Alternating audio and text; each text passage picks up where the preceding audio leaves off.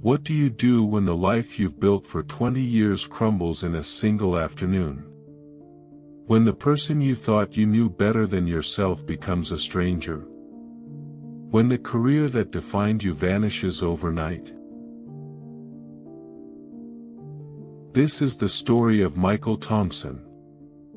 A story about the space between who we were and who we're meant to become. It's about discovering that sometimes the worst thing that happens to you becomes the best thing that ever happened to you.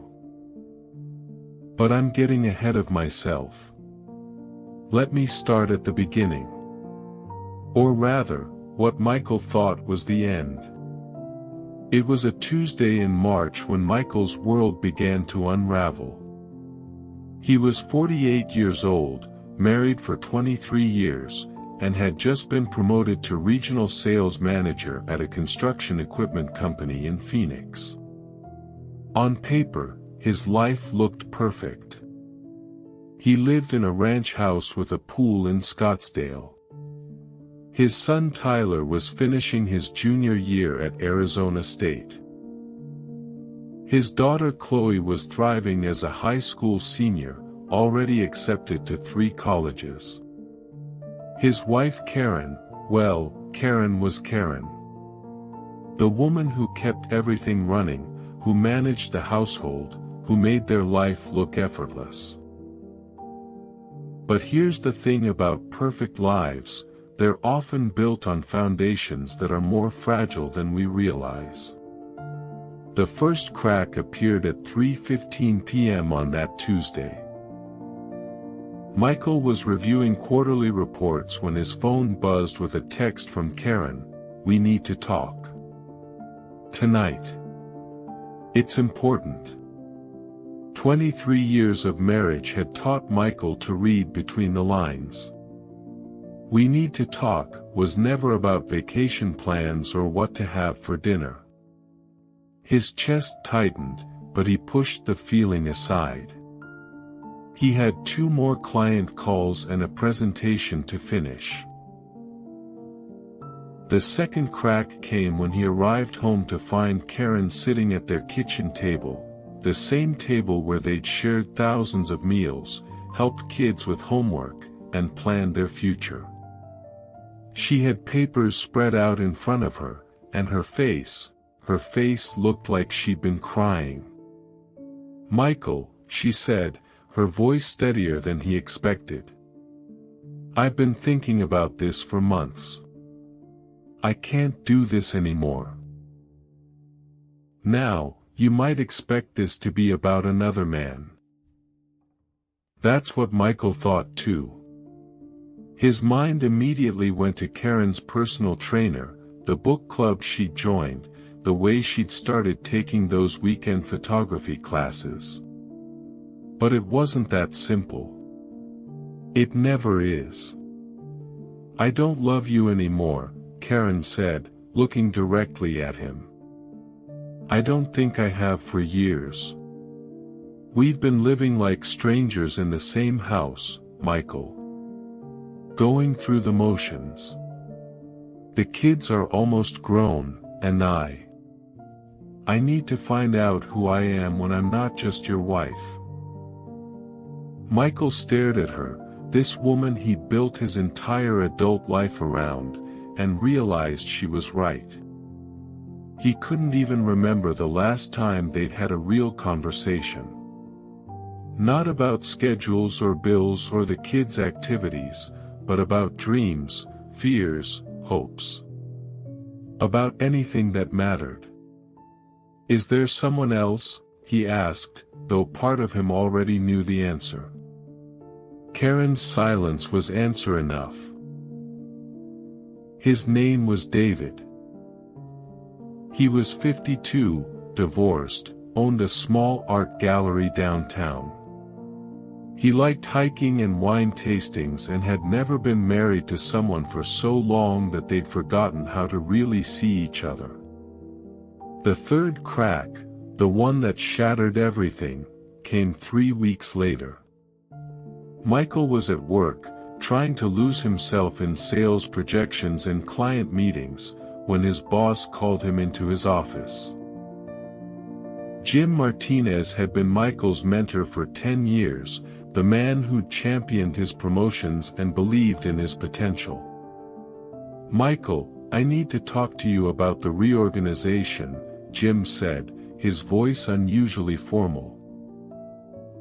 Reorganization. That corporate euphemism for, "we're about to destroy your life." The construction industry was changing. New technologies, younger competitors, cost-cutting measures. Michael's entire region was being consolidated. They were offering him a severance package, generous, they said, but his position, his career, everything he'd worked for, gone. "I'm sorry, Michael. I fought for you. I really did." So there he was. 48 years old, about to be divorced, unemployed, and staring at a future that looked nothing like the one he'd planned. That night, he sat in his truck in the parking lot of his soon-to-be former office and felt something he hadn't experienced since he was a kid. Complete helplessness. He called his brother Jake, the one person who'd always told him the truth, even when he didn't want to hear it. "Jake," he said, his voice rough. "I think I'm falling apart." "No, brother," Jake replied after Michael explained everything. "You're just finally waking up. You just don't know it yet." The next 6 months were what Michael would later call his lost season. It's a phrase he'd heard in sports but never really understood until he was living it. The divorce proceedings were civil but brutal in their own way. 23 years of shared life reduced to spreadsheets and legal documents. Who gets the tools? Who keeps the photo albums? How do you divide memories? Tyler came home from college for the formal announcement. He got angry, asked if they'd tried counseling, wondered if this was about money. Chloe, always the pragmatist, just asked if she'd still get help with college tuition. The hardest part wasn't the anger or the sadness. It was the silence. The house felt enormous without Karen's presence, without the familiar rhythms of their shared life. No one to ask how his day was, even if she wasn't really listening. No one to share the small observations that make up a life, the neighbor's new fence, the funny thing that happened at the hardware store. Michael had to learn how to be alone. Really alone. For the first time since he was 25 years old. The job search was its own special kind of hell. At 48, he discovered he was either overqualified or underqualified for everything. Too experienced for entry-level positions, too old for companies that wanted digital natives. Too expensive for startups, too traditional for tech companies. He spent hours crafting cover letters, updating his LinkedIn profile, practicing elevator pitches in the mirror. He networked at industry events where he felt invisible, surrounded by 30-somethings who seemed to speak a different language. One particularly brutal day, after his 4th rejection in 2 weeks, Michael found himself standing in the tool aisle at Home Depot, staring at drill bits and socket wrenches, and suddenly couldn't remember why he was there. The fluorescent lights felt too bright, the choices too overwhelming. A young father with 2 kids bumped into him, apologized, and kept moving. Michael watched him go, remembering when that was his life, when every weekend was about home improvement projects, when he never had time to stand in tool aisles having existential crises. He started seeing a therapist. Dr. James Rodriguez, a man in his 50s who'd heard every story and judged none of them. "Tell me about Michael," Dr. Rodriguez said in their first session. "What do you mean?" "Before Karen. Before the kids. Before the career. Who was Michael?" Michael realized he couldn't answer. He'd been Karen's husband for so long, Tyler and Chloe's dad, a sales manager, a little league coach, a son, a brother. But who was he? What did he want? What made him happy? "I don't know," he admitted. "I honestly don't know." Dr. Rodriguez nodded like this was the most normal thing in the world. "That's okay. That's where we start." The sessions became a lifeline. Slowly, Michael began to excavate the person he'd been before he became everything to everyone else. He remembered loving to work with his hands in high school, how he dreamed of being a carpenter before he got practical and went into sales. He remembered his passion for building things, how he'd planned to start his own construction company before he got married at 25. He remembered the kid who'd spent every summer working construction with his uncle, learning the trade, feeling like he was creating something meaningful. But remembering who you were and figuring out who you want to become are two different things. The lowest point came on a Thursday in October. Michael had been unemployed for 6 months, living off his severance and the money from selling the house. He'd moved into a small apartment in Tempe, the kind of place he would have looked down on during his married life. He woke up that morning and couldn't find a reason to get out of bed. Not one. There were no meetings to attend, no one depending on him, no purpose that felt urgent or important. He called in sick to his life, stayed in sweats all day, and channel surfed through shows he'd never cared about. He ordered pizza and ate it straight from the box, not bothering with plates or napkins. At 2 a.m., he found himself on the floor of his tiny living room, surrounded by empty beer bottles and pizza boxes, staring at the ceiling. "What's the point?" he said to the empty room. "What's the damn point?" But sometimes, that's exactly where you need to be. At the bottom. With nowhere to go but up. The next morning, Michael woke up and made a decision. He couldn't control what had happened to him, but he could control what happened next. He took a shower. He got dressed. He walked to the coffee shop on the corner and ordered something called a cortado, something he'd never tried, preferring his coffee black and simple. And sitting there, in a coffee shop full of strangers, he pulled out his phone and typed 3 words into a note: "What if?" What if this wasn't the end of his story? What if this was the beginning? Recovery isn't linear. It's not a straight line from broken to whole. It's more like construction, you have to clear the old foundation before you can build something new. Michael's first, what if, was small.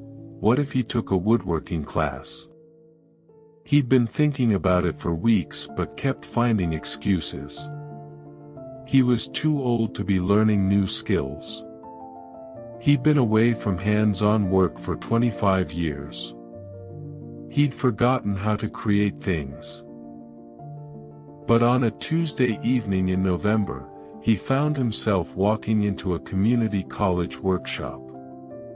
The class was called Furniture Making for Beginners, and it was filled with an eclectic mix of people: retirees, young professionals, stay-at-home parents, a few people who looked as nervous as he felt. The instructor was a man named Carlos Mendoza, probably in his 60s, with weathered hands and the kind of presence that made you want to learn from him. Woodworking, Carlos said that first night, is an act of faith. Every time you pick up a tool, you're saying, I believe I can create something beautiful, something useful, something that will last. The first project was deceptively simple: make a cutting board. Michael stared at the piece of maple for 3 hours. He started and stopped dozens of times. He measured and remeasured, questioned every cut, doubted every decision. Finally, he made the first cut. Then another. And another. When he finished, it wasn't perfect. The edges weren't completely straight, the finish had a few rough spots. But it was solid. It was functional. It was his. Carlos looked at it and smiled. Good work. You've got the instincts. Trust them. The second, what if, came from an unexpected source. Michael's son Tyler called one evening in December, frustrated about a business class project.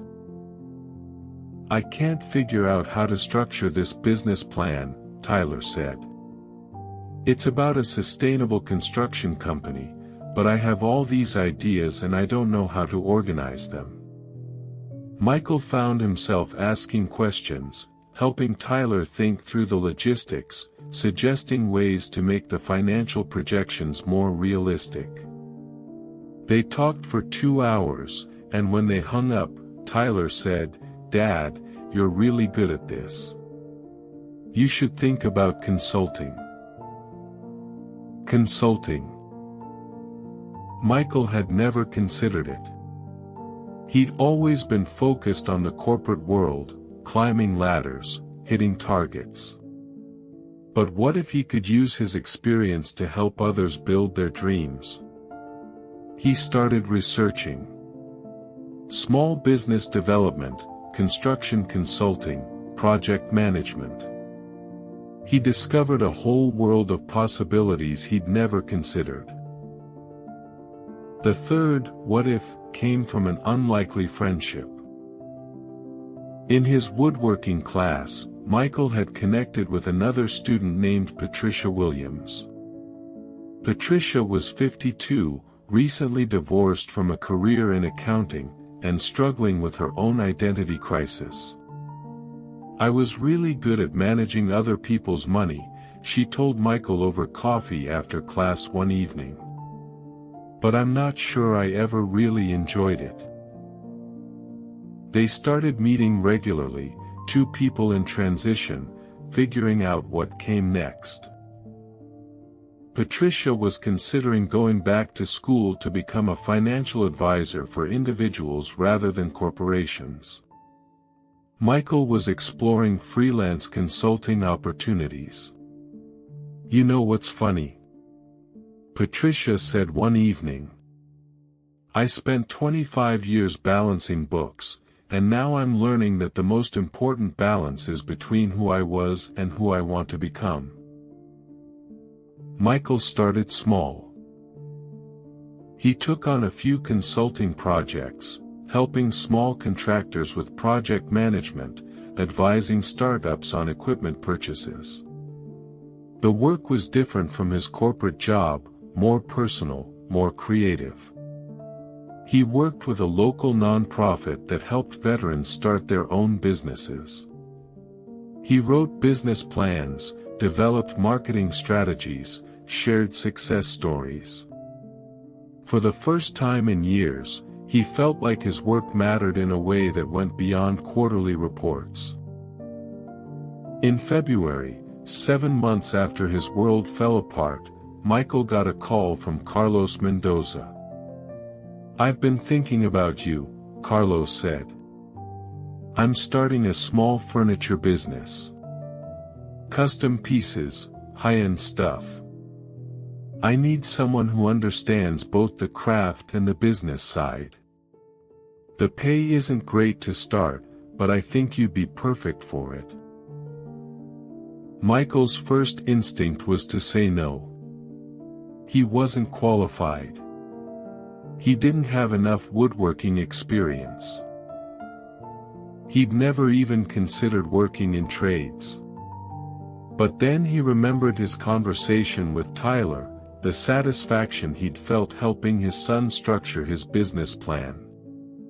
He remembered the veterans at the nonprofit, how their faces lit up when he helped them turn their ideas into viable businesses. "Tell me more," he said. His first day in the workshop was terrifying. Real woodworking, not just hobby projects. Custom kitchen cabinets for a client who was paying serious money. Michael walked into that workshop with sweaty palms, convinced he was about to make a fool of himself. But something magical happened. As he began working with the wood, feeling the grain, understanding the tools, his hands remembered skills he thought he'd lost. The knowledge from his teenage summers came flooding back.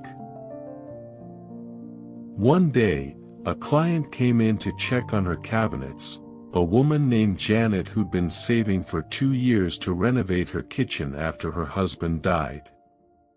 "I can't believe how beautiful these are," she said, running her hands over the smooth finish. "It's like you understood exactly what I wanted." Michael looked at this woman who trusted him with something so important to her, and realized he'd found something he'd been looking for his whole life, even when he didn't know he was looking for it. Purpose.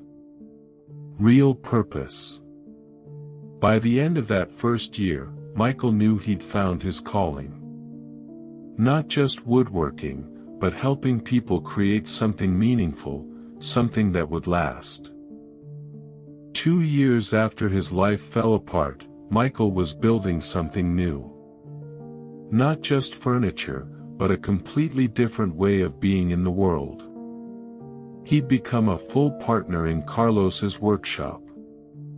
They were now Mendoza and Thompson Custom Furniture, and they had a 6-month waiting list for their pieces. But the real breakthrough came when Michael decided to share his story. It started as a conversation with a client, a man going through his own divorce who was renovating his new apartment. As Michael helped him choose wood and design pieces, the man opened up about his struggles with starting over at 52. "I feel like I'm too old to reinvent myself," the man said. Michael looked at him and said, "2 years ago, I was a failed sales manager. Now I'm a furniture maker. It's never too late to build something new." That conversation led to others. Michael began speaking at local business groups, sharing his story of career transition and finding purpose later in life. He talked to divorced men's groups, to career counselors, to anyone who would listen. The response was overwhelming. Men reached out to him, guys going through divorces, facing layoffs, dealing with empty nest syndrome. Men who'd built their identities around roles that no longer fit. Michael realized his story wasn't unique. Everywhere he looked, he saw people in transition, friends facing career changes, colleagues dealing with family crises, neighbors struggling with what came next. He started a blog. Building Your Second Act. Stories of people who'd reinvented themselves after 40, after 50, after 60.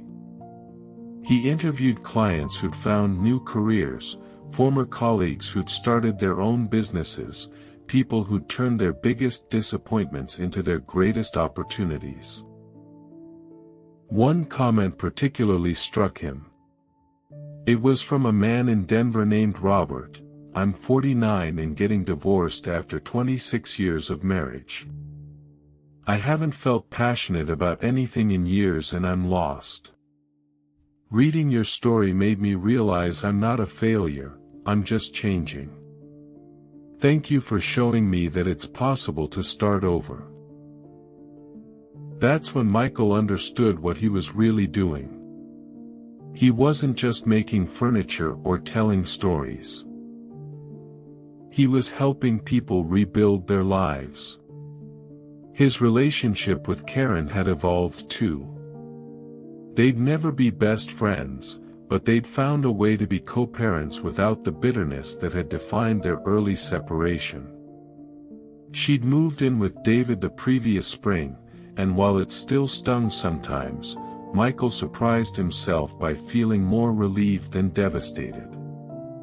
"I'm glad you found your path," she told him when she came to pick up some furniture he'd made for Chloe's dorm room. "Are you happy?" he asked, and he could hear genuine curiosity in his voice. Karen thought about it. "Yes. Different than I thought I'd be, but yes." "Are you?" Michael looked around his workshop, at the pieces he'd created, at the life he'd built from scratch. He had less money, less security, more uncertainty than he'd ever had as an adult. But he woke up every morning excited about the work ahead. "Yeah," he said. "I really am." The kids had adjusted better than either parent had expected. Tyler was thriving in college, inspired by his father's career change to consider entrepreneurship alongside his business degree. Chloe was in her first year at University of Arizona, studying architecture with a focus on sustainable design. "You know what's cool, Dad?" Chloe said during one of their regular coffee dates. "You're like yourself now. Before, you were always stressed about work and money and keeping up. Now you just seem happy." Out of the mouths of babes. The second year brought new challenges and opportunities. Michael had been approached by a publisher who was interested in turning his blog into a book. He'd also been invited to speak at conferences about career transitions and finding purpose later in life. But the most meaningful moment came when he was working with a client named David, a 55-year-old former insurance executive who'd been laid off and was struggling to figure out his next move. David was capable, he could analyze risk, manage teams, solve complex problems. But he couldn't see his own value because his identity had been so tied to his job title. "I'm just an insurance guy," he said during one particularly difficult conversation. "Who's going to hire a 55-year-old insurance guy?" Michael had him tell his story. Not his resume, but his story. About growing up in a small town, being the first in his family to go to college, working his way up from claims adjuster to executive. About the thousands of people he'd helped during their worst moments, the innovative programs he'd developed, the way he'd helped his company navigate major market changes. When David finished, Michael said, "You're not just an insurance guy. You're a problem solver, a leader, someone who helps people when they're vulnerable. That's what the world needs." 3 months later, David called to tell him he'd started his own consulting firm, helping small businesses navigate insurance and risk management. He was using his story, his real story, to connect with clients. "You taught me that my experience wasn't something to hide from," he said. "It was something to build on." That night, Michael sat in his workshop, sketching designs for a new piece and feeling something he hadn't experienced in years, deep satisfaction. Not the temporary high of closing a big sale or the anxiety-driven pleasure of hitting targets, but the quiet satisfaction of knowing he was exactly where he was supposed to be. His phone buzzed with a text from Patricia, his friend from woodworking class who'd become a successful financial advisor specializing in helping people navigate major life transitions. Saw your blog post about David. Made me think about my own journey. We're doing good work, aren't we? Yes, Michael thought. They were. For years after his life imploded, Michael was living a story he never could have imagined. His book, Building Your Second Act, A Guide to Career Reinvention After 40, had been published to steady sales and meaningful reviews.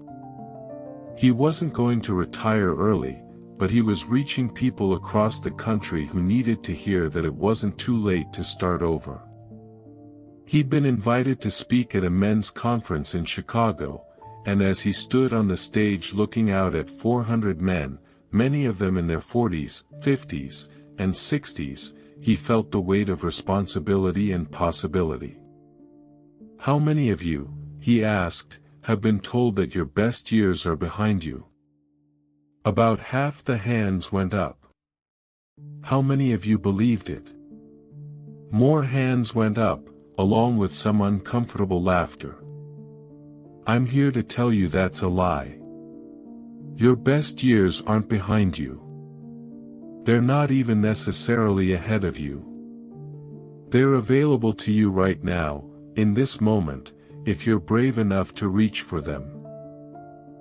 He told them about the Home Depot tool aisle, about the dark nights and the small steps and the gradual realization that he wasn't broken, he was just changing. He told them about David and Patricia and all the people who taught him that courage comes in many forms. After the talk, a man approached him. He was probably in his late 40s, well-dressed, with the kind of polished appearance that Michael recognized from his corporate days. I'm getting divorced, the man said quietly. After 22 years. I'm scared as hell. Michael looked at him, this man who was about to embark on the same journey he'd taken 4 years earlier. It's okay to be scared, Michael said. Fear means you're paying attention. It means what you're doing matters. But what if I make the wrong choice? What if I can't rebuild? What if it's too late? Michael smiled. What if you can? What if this is exactly what you need to become who you're supposed to be? On the plane home, Michael reflected on how much had changed. He was 52 now, living in a small house with a workshop in the garage, making less money than he had in his corporate days. But he was connected to his work in a way he'd never been before. His relationship with his children had deepened. Tyler was in his senior year, planning to start his own sustainable construction company after graduation. He often called his father for advice, not just about business but about life, relationships, career choices. You're different now, Dad, Tyler had said during their last conversation. You're more present. Like you're actually here instead of just going through the motions. Chloe was thriving too. She'd found her passion in sustainable architecture and was spending her summer interning with a green building firm. She'd also brought home a wonderful boyfriend named Marcus, who told Michael he loved how real their family was. What do you mean? Michael had asked. You don't pretend everything has to be perfect, Marcus said. You talk about real stuff. It's refreshing. Michael had even started dating again, though he approached it differently than he had in his 20s. He wasn't looking for someone to complete him or fix him or provide security. He was looking for companionship, for someone who was also on their own journey of growth and discovery. He thought about Karen sometimes, wondered if she was truly happy with her choice. He'd heard through the kids that she and David had gotten married, that they were talking about opening a gallery together. But he didn't feel bitter or vindicated. He felt grateful. Karen's courage to leave had forced him to confront who he really was, what he really wanted. Her choice had become his liberation. The biggest surprise was how much he'd grown to love his own company. The silence that had once felt oppressive now felt peaceful. He could spend entire weekends in his workshop, creating and thinking and planning, without feeling lonely or restless. He'd learned to cook real meals, to travel alone, to go to movies by himself. He'd discovered that he actually enjoyed his own thoughts, his own company. As the plane descended into Phoenix, Michael looked out at the desert landscape and felt something he hadn't experienced in years: excitement about the unknown. He had a new project he was working on, a workshop series for men going through major life transitions. He was also considering expanding the furniture business, maybe teaching woodworking classes himself. At 52, he was still figuring out what he wanted to be when he grew up. And that felt like the most natural thing in the world. The next morning, he woke up in his small house, made coffee, and walked out to his workshop. He was starting a new piece, a dining table for a young couple who just bought their first house. As he selected the wood, feeling the grain, planning the cuts, he thought about the difference between starting over and starting fresh. Starting over implied going back to the beginning, that you'd lost something. Starting fresh meant building on everything you'd learned, everything you'd experienced, everything you'd survived. You weren't going backward, you were going deeper. His phone rang. It was Carlos. "Michael, I have an idea. What if we started a mentorship program? Pair guys going through career transitions with craftsmen who can teach them skills while they figure out what's next." Michael looked around his workshop, at the pieces he'd created, at the life he built from scratch. For years ago, he would have been terrified by the uncertainty. Now, he was energized by the possibility. "Tell me more," he said. Michael's story isn't unusual. Every day, thousands of people face moments when their old life stops working and they have to figure out what comes next. Divorce, job loss, death of a loved one, illness, kids leaving home. Life has a way of forcing us to confront who we are when we're stripped of the roles and identities we've built our lives around. But here's what Michael learned, and what he now teaches others: those moments of breakdown are actually moments of breakthrough. They're invitations to examine your life, to ask the hard questions, to consider possibilities you might never have imagined. The man who stood in the Home Depot tool aisle, lost and overwhelmed, couldn't have imagined the craftsman who now creates beautiful furniture and helps others find their path. The husband who defined himself through his wife's needs and his employer's demands couldn't have pictured the mentor who helps people discover their own purpose. That's the thing about second acts: they're not about becoming someone completely different. They're about becoming who you were always meant to be, underneath all the expectations and obligations and fears. Michael still has hard days. He still worries about money sometimes, still feels lonely on Saturday nights, still questions whether he made the right choices. But he's learned that uncertainty isn't the opposite of happiness, it's the price of growth. He's also learned that it's never too late to start building something new. At 50, at 60, at 70. As long as you're breathing, you're capable of change.